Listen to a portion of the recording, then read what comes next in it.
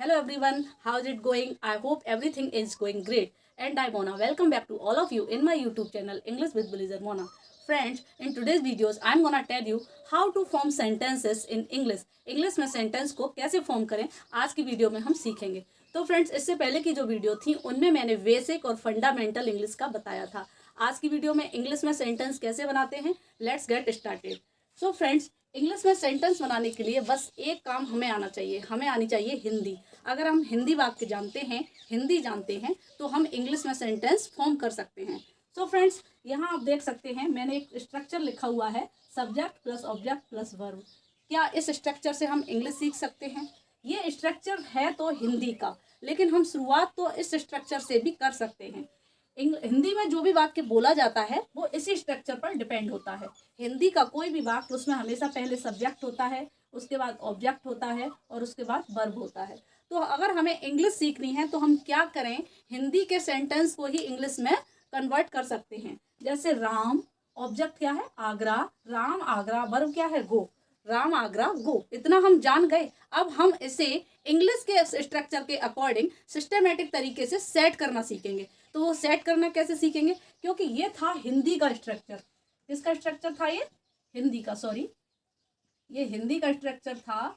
और अब हमें इंग्लिश के स्ट्रक्चर को लेके उस हिंदी के वाक्य को, हिंदी में दिए गए वर्ड्स को इंग्लिश के स्ट्रक्चर में सेट करना है. ये हमारे पास है इंग्लिश का structure, subject plus verb plus object. और हिंदी में क्या था? Subject object verb. तो इसमें इतना ही डिफरेंस हुआ कि हिंदी में वर्ब बाद में आती है और इंग्लिश में वर्ब बीच में आ जाती है. इंग्लिश का जो फॉर्मूला स्ट्रक्चर होता है बनाने के लिए, सेंटेंस को फॉर्म करने के लिए, उसमें वर्ब आ जाती है बीच में. तो हम हिंदी के सेंटेंस को इंग्लिश में कन्वर्ट करेंगे इस फॉर्मूले के अकॉर्डिंग. कोई भी सेंटेंस इसी फॉर्मूले पर बेस्ड है. इसे हिंदी में कहते भी हैं हमारे बड़े लोग या हमारे टीचर्स वगैरह, हमें नॉर्मली, क्योंकि हम हिंदी मीडियम से हैं, तो हमें हमेशा ऐसे समझाते थे, कर्ता क्रिया कर्म ट्रांसलेशन नर्म. मतलब कर्ता क्रिया कर्म रखो और ट्रांसलेशन इजी हो जाएगा. तो फ्रेंड्स देखते हैं, यहाँ लिखा था राम आगरा जाता है. तो जब ये जाता है आ गया बीच में, तो सेंटेंस क्या हो जाएगा? राम जाता है आगरा. अब आप इसे आराम से इजीली इंग्लिश में कन्वर्ट कर सकते हैं. तो इंग्लिश में कन्वर्ट करने से पहले हम इसमें जो दिए गए हैं सब्जेक्ट वर्ब ऑब्जेक्ट, यानी ये वर्ड्स हैं, इन वर्ड्स के जो ग्रुप है इसको हम चेक करते हैं वन बाय वन करके. ये जो सब्जेक्ट है इस ग्रुप में वो क्या होता है, वर्ब क्या होती है और ऑब्जेक्ट क्या होता है. तो आइए देखते हैं सब्जेक्ट. सब्जेक्ट क्या होता है? सब्जेक्ट को हम हिंदी में कहते हैं कर्ता. हिंदी में क्या कहते हैं? कर्ता. और इंग्लिश में कहते हैं इसे डूअर ऑफ एक्शन, यानी किसी कार्य को करने वाला. जो कार्य को करता है वो कौन होता है? कर्ता. कार्य को करने वाला क्या कहलाता है? सब्जेक्ट. और उसी कार्य से अगर कोई व्यक्ति जुड़ा है तो वो भी क्या कहलाएगा? सब्जेक्ट. अच्छा, हम सब्जेक्ट को पता कैसे करें कि किसी भी सेंटेंस में सब्जेक्ट कौन है? तो इसके लिए सिंपल सा एक हमें ट्रिक लगानी है कि जहां भी जो सेंटेंस बोला जा रहा है आप उसमें कौन या किसने वर्ड ऐड कर दीजिए. कि जैसे कि सेंटेंस है राम आगरा जाता है, तो हम ये बोलें कि कौन आगरा जाता है, कौन आगरा जाता है. तो कौन का जो आंसर मिलेगा आपको, आप कौन को रिप्लेस करके आप क्या लिखने वाले हैं, वही आपका सब्जेक्ट है. किसने को रिप्लेस करके आप क्या लिखने वाले हैं, वही आपका सब्जेक्ट है. अब सब्जेक्ट में क्या क्या आ सकता है ये मैं आपको बताती हूँ. तो फ्रेंड्स, सब्जेक्ट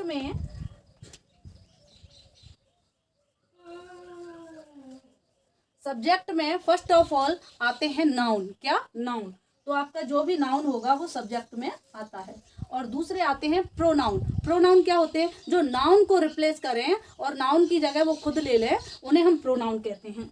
जैसे कि मैं एक एग्जांपल बोलूँ कि अगर राम की जगह हमें कोई प्रोनाउन यूज करना है तो क्या करेंगे? ही करेंगे. ही. राम लड़का है तो ही का हमने यूज कर दिया. तो राम जो शब्द है इसको हटा के अपने ही का यूज किया, तो ही क्या है? प्रोनाउन. तो हम सब्जेक्ट में क्या क्या यूज कर सकते हैं? Noun, pronoun. प्रोनाउन के कुछ एग्जांपल ले लेते हैं. ही, सी, इट, यू, दे, वी, और इस तरीके से. और नाउन में कुछ ले लेते हैं, कोई भी नेम, एनी नेम. जैसे राम, श्याम, कोई भी नाम ले रहे हैं वो ये सब किस में आएंगे? सब्जेक्ट में. तो इस तरीके से अब हमें पता चल गया कि सब्जेक्ट क्या होता है. अब हम देखेंगे वर्ब. तो वर्ब के बारे में जानेंगे, वर्ब क्या होती है. तो फ्रेंड्स, पहले हम ये जानेंगे कि वर्ब में होता क्या है. वर्ब होता है एक एक्शन, यानी कार्य. क्या कार्य किया जा जा रहा है वो आपका वर्ब होता है। तो यानी कोई भी कार्य करने वाला वर्ड, एक्शन वर्ड जो होता है, कार्य का शब्द होता है, वो क्या होता है आपका वर्ब होता है, क्रिया होती है। तो आप इसे कैसे आइडेंटिफाई करेंगे?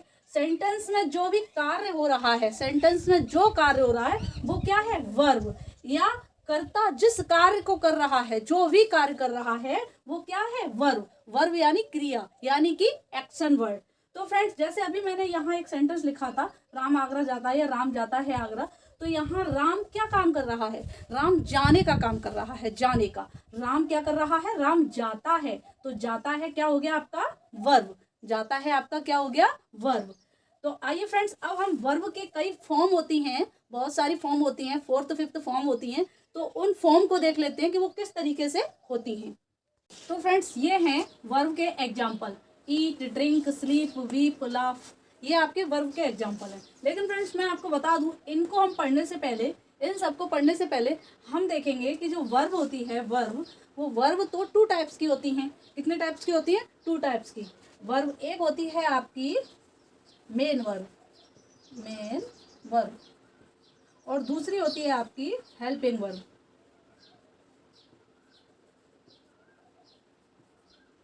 ये मैं 1-2 वीडियो में ऑलरेडी मैं आपको एक्सप्लेन कर चुकी हूँ, मेन वर्ब और हेल्पिंग वर्ब के बारे में। तो फ्रेंड्स, एक होती है हेल्पिंग वर्ब और दूसरी होती है मेन वर्ब। तो जो यहाँ हम स्टडी कर रहे हैं, ये कौन सी है? ये है मेन वर्ब। कौन सी है ये? Main verb. ये आपकी मेन वर्ब है। रीड, ड्रिंक, गो, प्ले, स्लीप। तो हेल्पिंग वर्ब क्या होती है?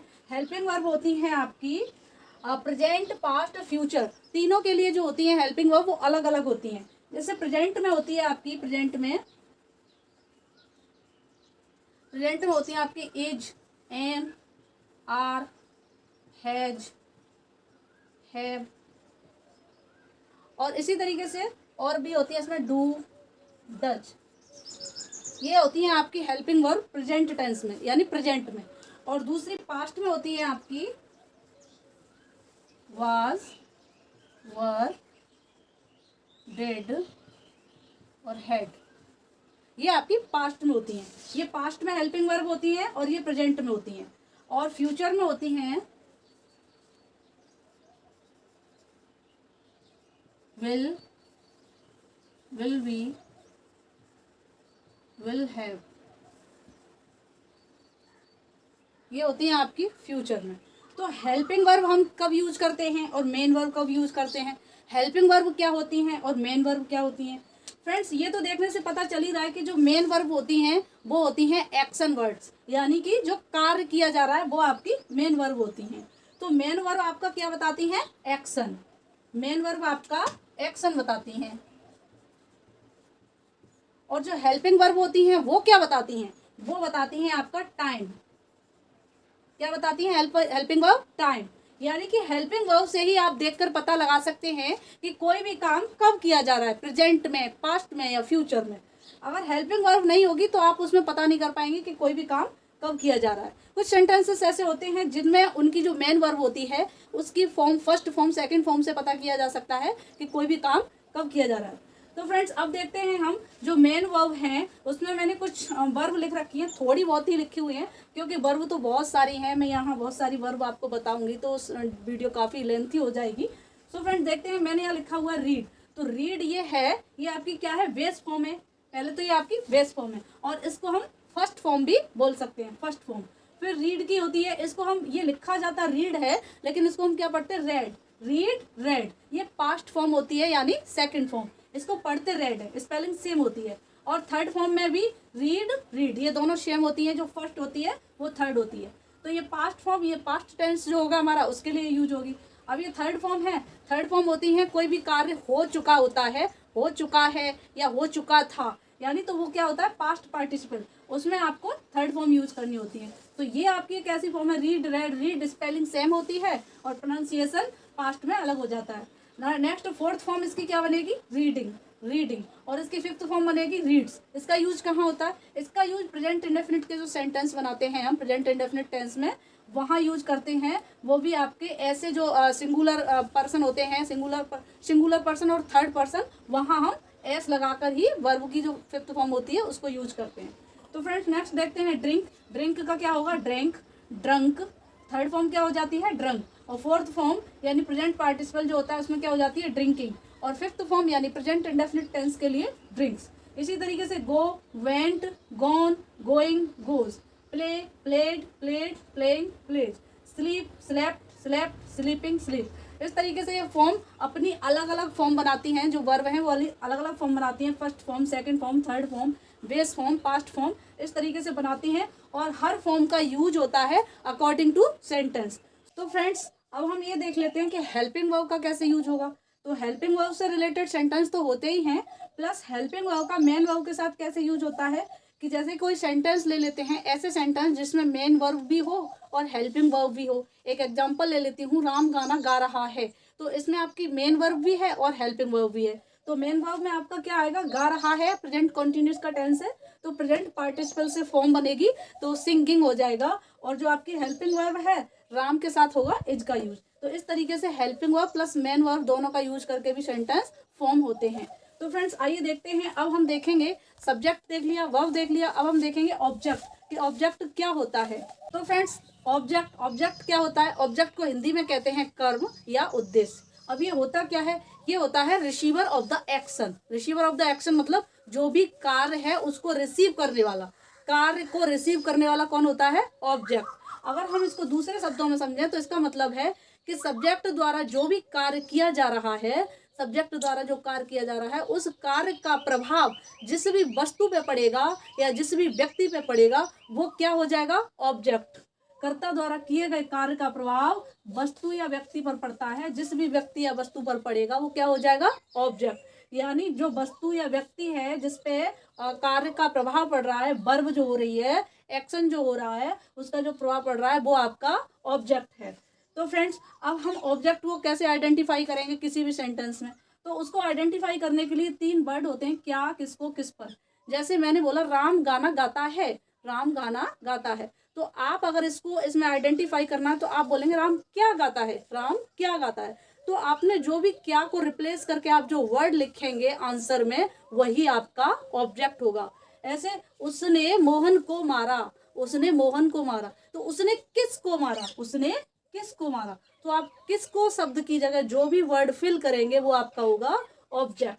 तो उसने कहा वह राम पर पत्थर फेंकता है, हमने बोला राम पर पत्थर फेंकता है, तो आपने बोला कि किस पर फेंकता है, किस पर, तो आपने किस पर के जवाब में जो जवाब दिया वो आपका क्या होगा, ऑब्जेक्ट। तो आइए देख लेते हैं, कुछ एग्जाम्पल लिखे हुए हैं यहाँ। फर्स्ट है ही राइट्स अ लेटर, ही वह, राइट्स लिखता है, क्या हो गया ये subject plus verb plus object. इसके अकॉर्डिंग ही ये सेंटेंस लिखे हुए हैं। मैंने बताया था ये फॉर्मूला होता है subject plus verb plus object. तो देखिए सब्जेक्ट क्या है ही और वर्ब क्या है राइट्स और ऑब्जेक्ट क्या है लेटर। तो ही राइट्स अ लेटर, तो यहाँ आप देख सकते हैं कि उसने पत्र लिखा, तो आप ऑब्जेक्ट को कैसे पता करेंगे, वो पत्र लिखता है, वह क्या लिखता है, क्या लिखता है वह, अ लेटर, तो ये आपका क्या हो गया ऑब्जेक्ट। अ लेटर क्या हो गया आपका ऑब्जेक्ट, लेटर आपका क्या हो गया ऑब्जेक्ट। तो आर्टिकल है। नेक्स्ट देखते हैं you play football, you play football, तुम फुटबॉल खेलते हो, यानी तुम क्या खेलते हो, अपने माइंड में सेट करते हैं तुम क्या खेलते हो, व्हाट डू यू प्ले, तो आपका आंसर होगा फुटबॉल। तो जब आपका जो आंसर क्या की जगह आ रहा है फुटबॉल, तो वो आपका क्या हो गया ऑब्जेक्ट, ऑब्जेक्ट। नेक्स्ट सेंटेंस देख लेते हैं, Radha sings a song, Radha एक गीत गाती है, तो यहाँ पे फिर से हम देखेंगे राधा क्या गाती है, गीत, राधा क्या गाती है, गीत, तो यहाँ पे सॉन्ग क्या हो जाएगा आपका ऑब्जेक्ट, सॉन्ग क्या हो गया object. Next he loves me, he loves me, वह मुझे प्यार करता है, ही लव्स मी, तो यहाँ आपका ऑब्जेक्ट क्या है मी, क्योंकि कर्ता के द्वारा जो कार्य किया जा रहा है उसका जो इम्पैक्ट है उसका सीधा प्रभाव किसके ऊपर हो रहा है, मी के ऊपर, तो यह मी क्या हो गया आपका ऑब्जेक्ट। नेक्स्ट है दे ईट फूड, वे खाना खाते हैं, दे ईट फूड, तो यहाँ पर आपका ऑब्जेक्ट क्या हो गया फूड, क्योंकि जो खाना खा रहे हैं उनका जो उनके द्वारा जो कार्य किया जा रहा है उस कार्य का प्रभाव किसके ऊपर हो रहा है, फूड के ऊपर, तो फूड क्या हो गया आपका ऑब्जेक्ट। तो इस तरीके से फ्रेंड्स हम ऑब्जेक्ट को आइडेंटिफाई करते हैं। तो यहाँ पे जो भी आपके सब्जेक्ट हैं, ये आपके सब्जेक्ट हैं, ही, यू, राधा, ही, दे, ये आपके सब्जेक्ट हैं। और इन सब्जेक्ट के द्वारा जो भी कार्य हो रहा है उस कार्य का प्रभाव किस पे पड़ रहा है? इन पे। लेटर, फुटबॉल, सॉन्ग, मी, फूड, इसीलिए ये सारे क्या हो गए आपके ऑब्जेक्ट। अब ये आपके बीच में क्या रह गए? वर्ब। वर्ब यानी कार्य। कार्य इसमें क्या कार्य हो रहा है? लिखने का, इसमें खेलने का, इसमें गाने का, और इसमें प्यार करने का, और इसमें खाने का।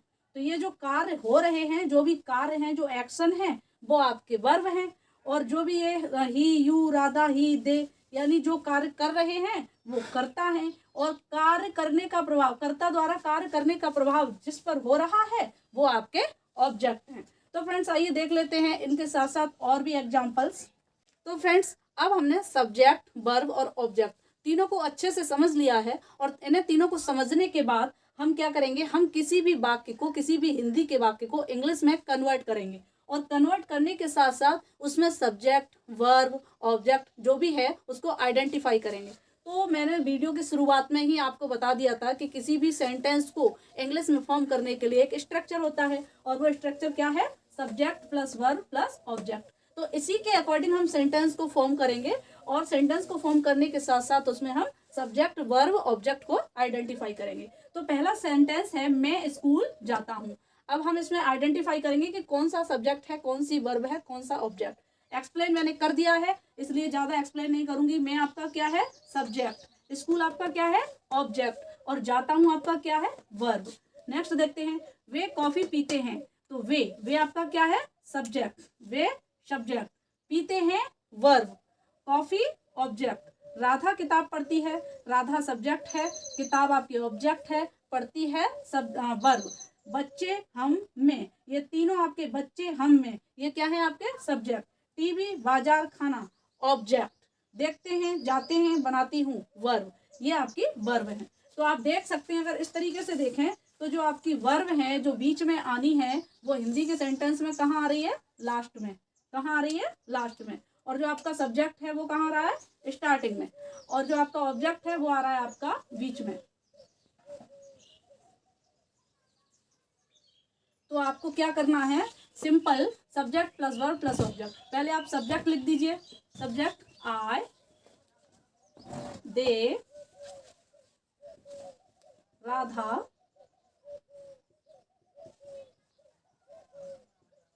Children, we, I. ये हो गया आपका सबका सब्जेक्ट। अब हमें क्या लिखना है? वर्ब। क्या लिखना है? वर्ब। जाता हूं, गो।